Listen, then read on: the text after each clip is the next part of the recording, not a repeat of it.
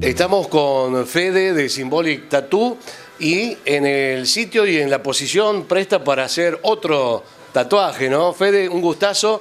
Te molestamos en tu horario de trabajo y en tu lugar, ¿no? Bienvenido a Culturalia, ¿cómo estás? ¿Cómo anda, Marcelo? Bien, tranquilo.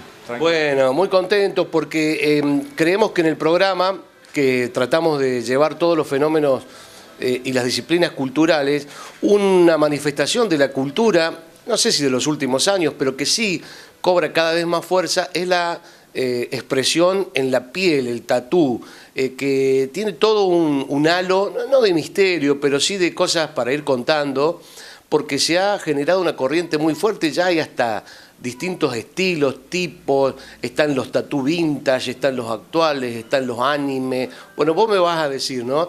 Primero preguntarte cómo surge en tu vida esto del tatú. Sabemos que has estado en Europa, que es un poco la meca, ¿no? ¿Cómo fue el comienzo? El comienzo fue raro.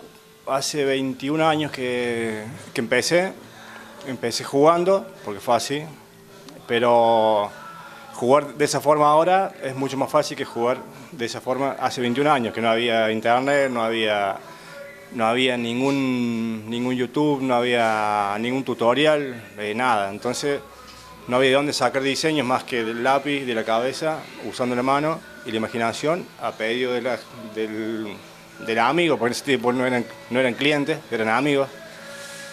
Y después, bueno, con el tema de los materiales, para conseguir los materiales, y todo mucho más difícil que ahora. Claro, ahora la hiperconectividad, la hipercomunicación te va allanando el camino.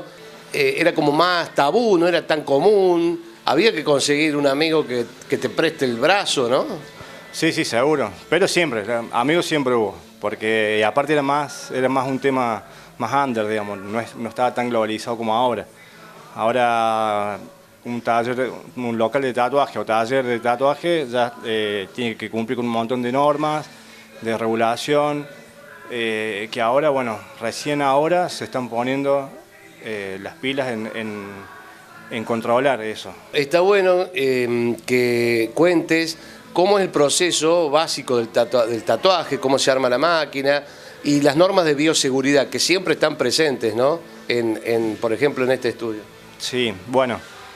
Antes las agujas vos las comprabas individuales, vos comprabas un paquete de 100 o de 1000, pero venían una aguja sola, individual, digamos, toda separada. Y vos armabas de acuerdo al tipo de trazo que vos necesitabas para ese tipo de tatuaje, agrupabas más o menos cantidad de agujas para lograr un trazo de 0,5, 0,7, igual que un portamina, ¿viste? Que viene, sí.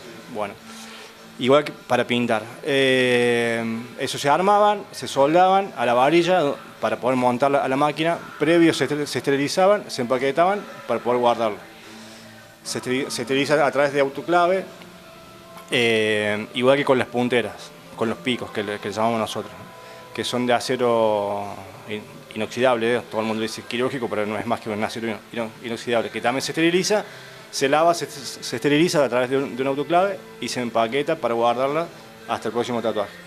Eso ahora ya cambió porque ahora vienen las punteras descartables, vienen los tips descartables, los tips son la punta de la puntera y las agujas, ya vienen soldadas, armadas y empaquetadas y estériles para ser usadas con fecha de vencimiento también, por lo general son 2 años.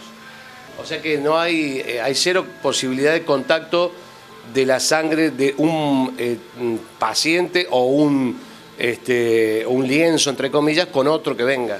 Sí, si hace las cosas como se debe, no hay forma, no hay forma. Por ahí es más riesgoso, todo el mundo le tiene miedo al SIDA, al contagio, lo que es de sangre o de algún fluido, pero en realidad es más complicado el tema de la hepatitis B, que eso Se contagia, es mucho más fácil contagiárselo, si bien hay menos casos, pero es más fácil contagiárselo que el HIV, digamos. Claro, por eso es importante que la persona que viene a tatuarse, yo me imagino, la gente adulta va a decidir, pero algunos padres con los chicos, que se usa cada vez más, bueno, tienen que asegurarse. Me decías que se están agrupando los tatuadores profesionales en serio de Río Cuarto para, junto con el gobierno de la provincia de Córdoba a nivel salud, hacer una serie de permisos, de presentaciones para que quede regulada la materia. No solo el tatuaje, sino el tema de los residuos patógenos, por ejemplo. Sí, en realidad no surge de una agrupación de tatuadores, sino de una inquietud de alguien, por algún caso, que no sé, pero me han comentado que fue así, digamos, no sé qué caso puntual, pero por la inquietud de que el gobierno tenga control sobre esto, porque es como que se le está haciendo en las manos. Por eso que te digo que cualquiera puede comprar una máquina, hoy hay mercado por todos lados, y se ponen a hacer un tatuaje o lo que sea, bien o mal, como vos quieras, pero hay mucha gente que lo está haciendo. Y como todo lo que pasa en masa, siempre hay errores. Entonces, bueno, y el error que vos haces ahora tiene que ver con la salud, que es mucho más complejo que si fuese caro. Perfecto, Fede, queda claro eso, está bueno decirlo, pero vamos a la parte artística, si se quiere. Si fuiste encontrando un estilo, si vos haces todos los estilos y no otros, ¿cómo se llega a la obra en sí?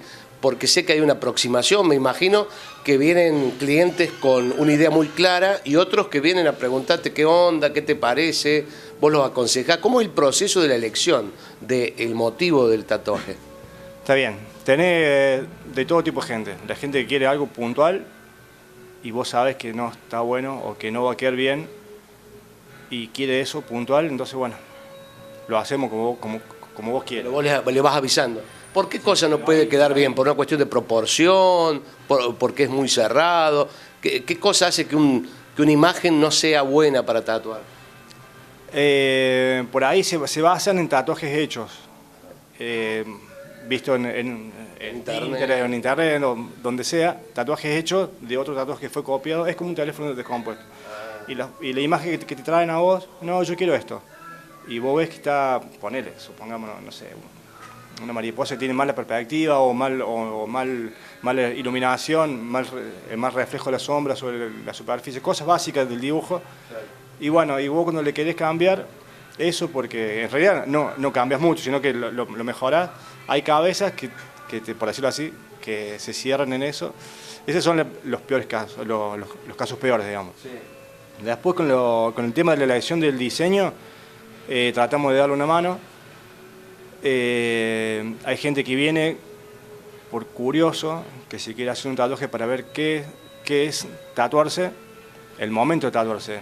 No le importa llegar a una frase, una palabra o una raya, con tal de saber qué se siente el tema del hecho de poner el brazo y que te tatúen. Claro.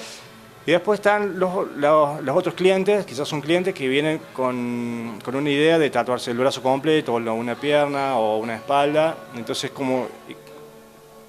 como que hacemos el diseño juntos, con la idea que tienen, con lo que yo le puedo aportar, con lo que sé y con lo que dibujo, y así armamos algo.